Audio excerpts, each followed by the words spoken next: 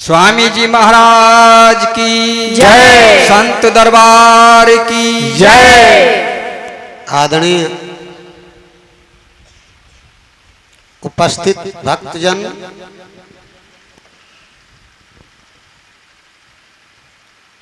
माताओं, बहनों, बच्चों, रोज की तरह आज भी हम सब सत्संग प्रांगण में विराजमान हैं।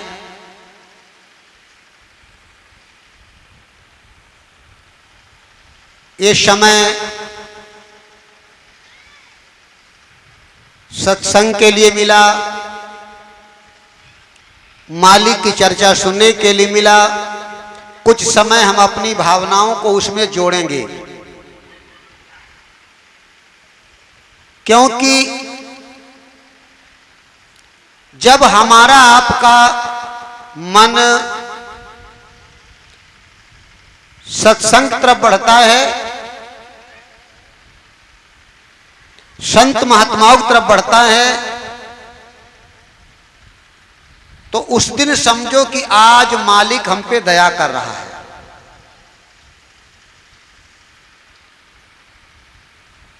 जब तक मालिक की दया नहीं होगी, कोई भी प्राणी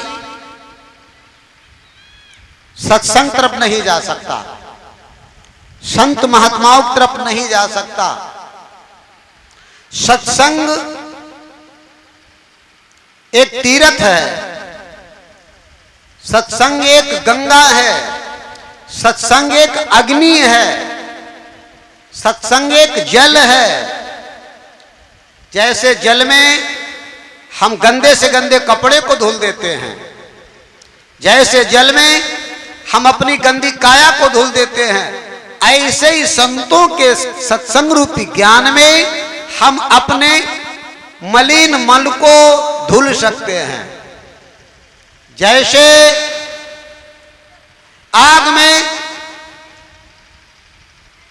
वर्षों रखा हुआ सामग्री, लकड़ी हो, कूड़ा हो, घास का ढेर हो, जल के समाप्त हो जाती है। ऐसे ही अगर मनुष्य ने पूरे जीवन अशुभ कर्मों की झोपड़ी बना रखी है, पाप कर्मों की झोपड़ी बना रखी है, अगर संत महात्माओं गुरुजनों को ज्ञान की अग्नि उसमें प्रवेश हो जाए तो जलकर समाप्त हो जाएगी। इसलिए सत्संग से ज्यादा कीमती हमारे शास्त्रों ने, संत गुरुओं ने, ज्ञानी पुरुषों ने कुछ नहीं बताया। ये कहा है, सत्संगत सम गंग नहीं। सत्संग के समान गंगा जी को नहीं बताया गया, वो कमजोर पड़ रही हैं। सत्संगत सम गंग नहीं, जो कोई आए नहाए। अब जैसे गंगा जी में जाके नहाते हो कि नहीं, ऐसे सत्संग में भी आकर के नहाना पड़ेगा। कहां लिखा है, गंगा नहाने से तन धुले। क्या धुलेगी? काया। इसमें मल है, गंदगी है, कूड़ा है, करकट है, पसीना है, ये धुल जाएगा। गंगा नहाने से तन धुले और यहां हृदय धुल जाए। संतों के सत्संग में जाकर के जब हम पहुंचेंगे, उनकी बात समझेंगे, सुनेंगे, तो हृदय, आत्मा पवित्र हो जाएगी। और जब आत्मा पवित्र हो जाएगी तो कुछ शेष धुलने को नहीं रह जाएगा।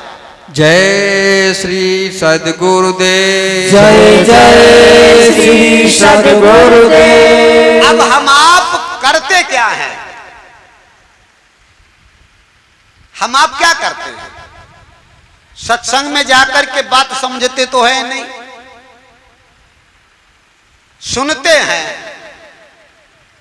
एक समय एक गांव में एक बूढ़े दादा बाहर गए, दिल्ली, हरियाणा, पंजाब, राजस्थान जाते हैं लोग, नहीं तो ये पहले का समय। तो वहां से वो खरीद के एक लैंप ले आए। अच्छा, लैंप जानते हो तुम लोग? अब नए बच्चे नहीं जानते, पहले वाले जानते। पहले डिब्बी चलती थी, लैंटेन चलती थी, अब तो डिब्बी भी नहीं घर घर होंगी, है कोई घर में। लैंप, और लैंप हुआ करता था, लैंप में इतना बड़ा शीशा लगा करता था।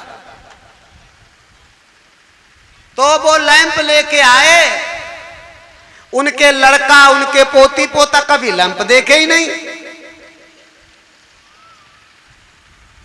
लड़का उनके बाहर पढ़ रहे थे तो वो डेली लैंप जलाया करते थे। लैंप जलाते जलाते ऐसा हुआ शीशे में कारिख लग गई। पहले कारिख लग जाती थी, पहले माँ घर में लोगों की माँ बहनें डिब्बी जलाती थी जहां पे कारिख लग के वही तो पोताई करते थे पार्टी की पढ़ने में। तो शीशा जो था लैंप का काला पड़ गया। तो पढ़े लिखे लड़के बाहर से आ गए। बूढ़े दादा ने सोचा चलो आज हम क्या काम करें। तो उन्होंने कहा वो जो कमरा है ऐसा करो लैंप जला दो। तो लड़का गया, उसने लैंप जला दिया। भाई तो पढ़ा लिखा, वो पढ़ के बाहर से लैंप जला दिया।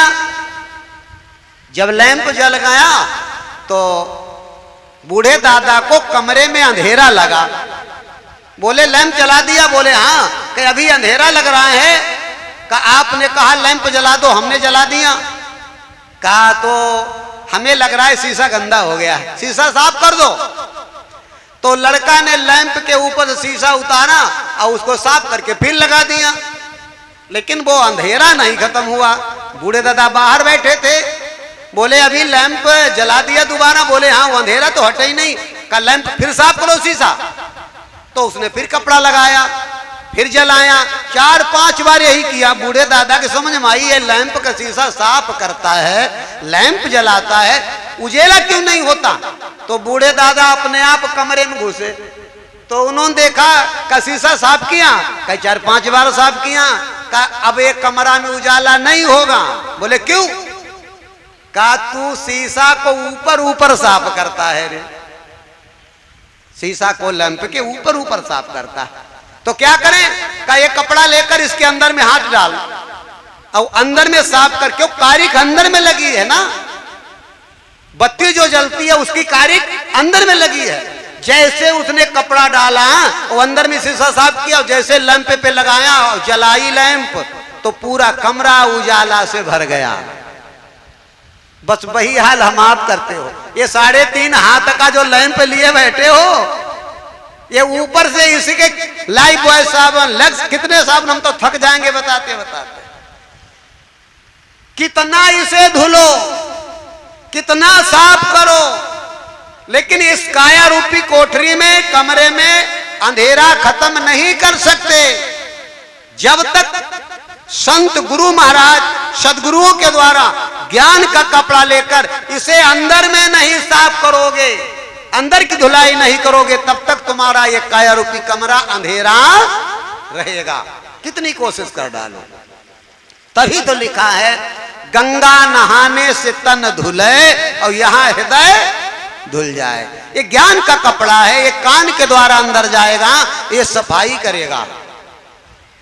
और सत्संग एक खेत भी है, सत्संग को खेत भी कहा गया।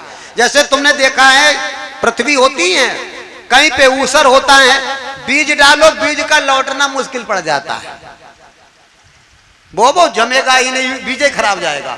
कहीं ऐसी जगह होती है जहां पर कुछ है नहीं है तो कुछ दाने हो जाते हैं, और कहीं पे इतनी बढ़िया फसल होती है एक दाने के 100, 200, 400, 500 दाने भी हो जाते, बीज एक ही है। ऐसे ही कहीं पे भजन का खेत, कीर्तन का खेत, कहीं पर गाना बजाने का खेत, कहीं पुराण सुनाने का खेत, और कहीं संत महात्माओं के सत्संग करने का खेत बन जाता है। अगर वहां पे थोड़ी देर के लिए समय दे दिया तो वही एक थोड़ी देर का बीज हमको हजारों दाने दे सकता है तो बीज खेतऊ है अंतर। ऐसे सबसे कीमती जो खेत होता है वो सत्संग का होता है। सत्संग में कल मैं बता ही रहा था, परसों तुमको, एक घड़ी देखो कितना कीमती खेत है, आधी घड़ी। बैठ जाओ बच्चों, बैठ जाओ, उनको बैठा दो, बैठ जाओ। आधि मां पुण्याधि, तुलसी संगत साधु की हरई कोटि अपराध। ये सत्संग का बीज है। और फिर सत्संग में संतों के द्वारा, और फिर एक होता गुरु जी के द्वारा, वो और कीमती बीज होता है, खेत और कीमती होता है। क्योंकि ध्यान मूलम गुरु मूर्ति, पूजा मूलम गुरु पदम, मंत्र मूलम गुरु वाक्य, मोक्ष मूलम गुरु कृपा। एक बात और तुम्हें बता दूं, गुरु जो होते हैं वो मेरे तेरे नहीं होते हैं। जो उनको मानता है उनके भी होते हैं, और जो उन्हें नहीं मानता उनके भी होते हैं। बस अंतर इतना है, समझने का है। तो मानना सबको चाहिए। जैसे सूरज भगवान है, अच्छा जो सुबह को सूरज भगवान को नहा करके जल चढ़ाता है, चढ़ाते लोग नहीं चढ़ाते, वो अपना अनाज सुखाने को डाले, और जो नहीं मानता, जो जल नहीं चढ़ाता वो डाले। तो क्या अनाज सूखने में उन पे कहेंगे भाई ये जिसने जल नहीं चढ़ाई इनका अनाज नहीं सुखाएंगे? ऐसा कहेंगे क्या? नहीं कहेंगे। ऐसे ही गुरु महाराज होते हैं। फिर भी जब इतने दयालु हैं वो, तो हमको उनको मानना चाहिए। बात यहां पे है। अगर नहीं मानोगे तो बात यह होगी, आखिर में काम अटक जाएगा। ऐसे अटक जाएगा क्योंकि जब तुम और हम ट्रेन पे सफर करते हो, और तुम्हारे यहां सफर होते होते तुमने पूरे जीवन कभी टिकट नहीं लिया, फ्री चलते रहे, कोई बात तो नहीं, और तुम्हें हौसला भी है कि आज तक हमारो कोई कुछ नहीं बिगाड़ पाओ, हम तो फ्री चलते रहे और सीट पर बैठे को चले। अगर कभी कोई ऑफिसर ऐसा आ गया, वो बगैर टिकट छोड़ेगा नहीं, तुमको जेल भेजेगा जरूर, तब पूरी जिंदगी की बात याद आएगी कि क्या बताएं, टिकट ले लेते तो बढ़िया रहता। ऐसे ही गुरु महाराज हमारी आपकी पूरी जिंदगी की जितनी श्वासें हैं सब आती जाती हैं, चली जाएंगी, लेकिन एक दिन आखिरी सांस ऐसी आएगी तो काल रूपी जब टीटी आएगा तो वो कहेगा कि तुम्हारे पास खेत कितने एकड़ है? नहीं कहेगा। तुम्हारा बैंक में कितना है? नहीं कहेगा। तुम्हारे बेटी बेटा पोती पोता कितने हैं? रावण की तरह 1 लाख पूत 1.25 लाख नाती, वो भी नहीं पूछेगा। लेकिन क्या तुमने भगवान के नाम का गुरु महाराज से टिकट लिया कि नहीं लिया? बस यही पूछेगा, याद रख लो, पक्की बात, यही पूछेगा। क्योंकि अगर वो टिकट नहीं है तो वो नहीं छोड़ेगा, और टिकट है तो अरे हम आप अभी बैठे साधारण सुख। भागवत की कथा में है, अजामिल कतई आखिर में टिकट ले लिया, कतई आखिर में, वो भी भाग्यशाली निकल गया कि पूरा जीवन बिना टिकट चलता रहा। जब काल के पकड़ने के समय आया, उसके हाथ में टिकट पहुंच गया संतों के द्वारा नाम का, और वही काम ऐसे ही हमारा तुम्हारा कितना कितना जीवन टिकट वगैरह निकल गया। अब ये तो पता ही नहीं है। अच्छा इतने लोग बैठे, बताओ किसे ही पता कल मौत हुई गई है, कल मिली ही कि ना मिली, कोई पता है का? कुछ लोग का हमें पता, हमने बीमा कराओ है, याद करो किसी को नहीं पता।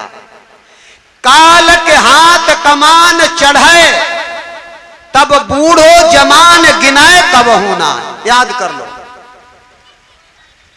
अतिकार करो प्रतिकार करो, हथियार तेरे कछु कामन आई है, और मन मूर्ख लाख उपाय करो पर काल के हाथ से छूटी ना। तो हमको आपको टिकट की जरूरत है। मेन बात यह है, पहली बात यही है, टिकट की जरूरत है। बगैर टिकट के यात्रा करने वाला अपने को कभी सुरक्षित ना समझे। इसका मतलब है बगैर गुरु महाराज से नाम दान लिए हुई जीवात्मा काल के आगे अपने को सुरक्षित ना समझे। जाना तो सबको पड़ेगा, लेकिन टिकट वाला निर्द्वंद होके जाएगा। बगैर टिकट वाला कांपेगा थर थर थर थर, बड़ा आदमी कितना भी हो। तो सब लोग के बीच में हमें हरि नाम के टिकट की जरूरत है, सबको जरूरत है। और अभी मैंने बताया जय श्री सद्गुरुदेव। जय जय श्री सद्गुरुदेव। और सुनो सत्संग में, अभी मैं बता रहा था ये सत्संग रूपी, सत्संग मतलब ये मत समझ लेना 100 लोग, 1000 लोग, 10,000 लोग, लाख लोग। सत्संग मतलब अगर एक भी आदमी बैठा है फिर भी सत्संग है। आग कभी थोड़ी और ज्यादा होती है? आग तो आग है, ना वो अधिक है ना वो कम है, उसके जलने बुझने में देरी है। जल गई तो एक चिंगारी 10,000 गांव को बर्बाद कर दे, और न जले तो पूरा झल्ली भर आग हो, भट्टी भर आग हो, वो बेकार है। ऐसे सत्संग ज्ञान है, न छोटा होता है न बड़ा होता है, बस लोगों के समझ में नहीं आता है। बस लोग भीड़ को सत्संग समझते हैं, भीड़ को। और सत्संग सत्संग है।